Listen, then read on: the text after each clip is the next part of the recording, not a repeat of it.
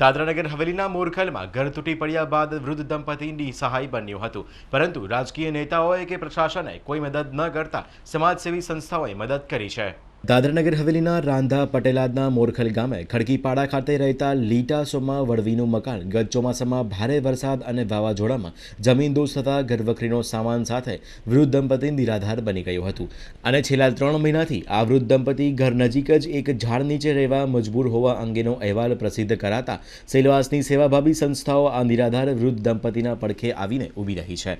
ભારે વરસાદ અને વાવાઝોડાના કારણે તેમનું 22 વર્ષ જૂનું કાચું મકાન જમીનદોસ્ત થઈ ગયું હતું, જેની જાણકારી 2 દિવસ બાદ લીટાભાઈને મળતા તેઓ ઘરે પરત આવી જોતા ઘર આખું ધરાશયી થઈ ગયું હતું। વખરીનો જરૂરી સામાન તેમજ બીજી અનેક વસ્તુઓ નેસ્તનાબૂદ થઈ ચૂકી હતી। તે સમયે પ્રશાસનિક અધિકારી અને કેટલાક રાજકીય નેતાઓએ આ બાબતની જાણ થતાં ઘટના સ્થળે આવી આ વૃદ્ધ દંપતીને જરૂરી સહાય આપવાની ખાતરી આપી હતી, પરંતુ પાછળથી કોઈ પણ ફરક્યું ન હતું। છેવટે આ નિરાધાર દંપતી પોતાના જમીનદોસ્ત થયેલા ઘરની બાજુમાં જ એક ઝાડ નીચે ખુલ્લામાં રહેતા છેલ્લા 3 મહિનામાં ઉપરાંત જીવન નિર્વાહ કરવા મજબૂર બન્યું હતું। આ વૃદ્ધ દંપતીની નિસહાય અવસ્થાનો અહેવાલ પ્રસિદ્ધ થયો હતો। આ અહેવાલને ગંભીરતાથી લઈ સેલવાસની બિંગ હ્યુમન સોસાયટી અને ડે ટુ ડે સંસ્થા આ વૃદ્ધ દંપતીના પડખે આવી છે। આ બંને સંસ્થા દ્વારા નિસહાય વૃદ્ધ દંપતીને રોજ ઉપયોગી ઘરવખરીનો જરૂરી સામાન અપાયો હતો તેમજ બીજી જરૂરિયાતની વસ્તુઓ એમને પહોંચાડવાની ખાતરી પણ અપાઈ હતી। ઘેર તો કેમ કે પેલો વરસાદ આવ્યો, વાવાઝોડી જેવા આવી તે દાડે ભાંગી પડ્યો। અમે નહીં ગયેલા પર હું ના પોરીને હતા તો એટલે આ ભાંગી પડ્યું ને હશે તો કે જાણે હાઈના સુધી તો કંઈ દિવસના તો ઘેરું હતું, સવારે ઉઠા ને આમાં ઘેરમાં આવીને જોઈ એમાં દબાયેલા હોય એમ કરીને कोई आयु नहीं ये तब पहला आयु है। आज हमको एक अखबार के जरिए, आपकी मीडिया के जरिए हमें पता चला था कि मोरखल के खड़कीपाड़ा में सीनियर सिटीज़न है 2, उनका घर बारिश में अचानक कोलैप्स हो गया, पूरा घर ज़मीनदोज़ हो गया, घर टूट गया। और हमको ये भी पता चला कि इतना कुछ उनके साथ में हो जाने के बावजूद भी उन्हें किसी भी तरह की सरकारी या किसी भी तरह की उनकी मदद मिली नहीं है। जब हमने अखबार में या मीडिया में आप लोगों के जरिए जब हमें पता चला तो हमें लगा कि ये तो बहुत गंभीर विषय है।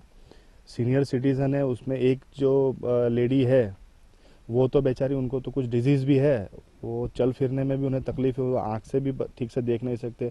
और जो ओल्ड मैन है, अंकल है, वो उनकी उम्र तो काफ़ी 70-80 साल की उम्र है उनकी, तो उनकी परिस्थिति काफ़ी गंभीर है यहाँ पे। तो जब हमें यह पता चला, हमने बिंग ह्यूमन सोसाइटी और day to day tone of Dadra Nagar Haveli जो है NGO है, हमने कौशल भाई और हमने मिलकर सोचा कि ये तो गंभीर परिस्थिति और हमें इसमें कुछ ना कुछ करना पड़ेगा।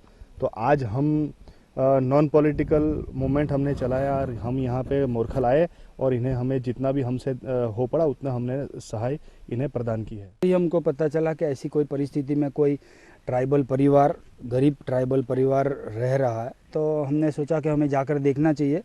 और हमने जो डे टू डे पे जो इस स्टोरी को लिखा था उस पर भी काफ़ी लोगों ने बहुत सपोर्ट किया, काफ़ी लोगों ने तैयारी दिखाई कि हम लोग इनको जो भी चाहिए वो मदद करते हैं, रुपये, पैसे, खाना, कपड़ा, मकान, कुछ भी चाहिए तो हम लोग हेल्प करते हैं। तो आज मैं और आरिफ और राजू भाई, प्रशांत भाई, झंडा चौक की सारी टीम हम लोग आज यहाँ पर आए, खुद ने देखकर बहुत दुख होता है क्योंकि बहुत गरीब है और ये 2 ही जन हैं, इनके आगे पीछे कोई नहीं है, ऊपर आसमान नीचे ज़मीन, छत नहीं है। देखो इनका एक हम जिसे बेड बोलते हैं, देखो आप, इन्होंने किस तरह से आप 2-4 लकड़ियाँ इकट्ठा कर बैठने का और सोने की जगह बनाई है।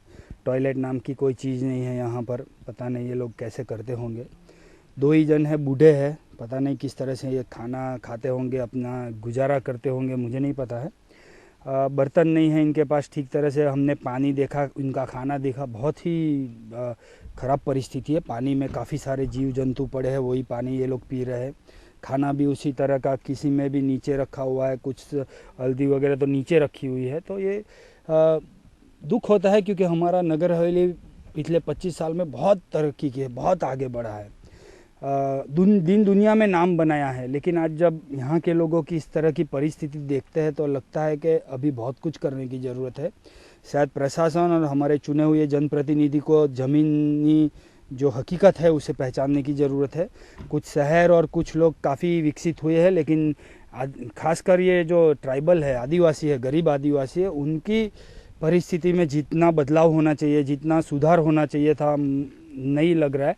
क्योंकि इसी तरह के नज़ारे मैंने पहले मांदोनी में भी देखे थे, जब हम सोशल वर्क लेके वहाँ जाते थे स्कूल की डिस्ट्रीब्यूशन वगैरह पे, तो मैंने मांदोनी में भी देखे थे, दुधनी में भी देखे थे, अम्बोली के कई एरिया में देखे थे। इसी तरह की सिचुएशन हमने देखी। इवन कभी कभी तो मैंने सिलवासा के आसपास भी कुछ आदिवासी विस्तार ऐसे देखे जहाँ इनके पास घर नहीं है, छत टूटी फूटी है, रास्ते नहीं हैं। तो ये बहुत कुछ सोचने की ज़रूरत है हमारे प्रशासन और चुने हुए जनप्रतिनिधियों को, और पॉलिटिकल पार्टीज़ के नेताओं को भी सोचने की ज़रूरत है। क्योंकि इतना सारा फंड आता है, 700 करोड़ रुपया आता है, नित नए बड़े बड़े आयोजन होते हैं, करोड़ों रुपया के आयोजन होते हैं, करोड़ों रुपया कितने कार्यक्रमों के ऊपर ऐसे ही खर्च कर दिया जाता है प्रशासन की ओर से, डोम और मंडप में। तो वो भी सब कुछ होना चाहिए, हमारी उससे भी कोई दिक्कत नहीं है, लेकिन यह लोगों की परिस्थिति पहले देखने की ज़रूरत है।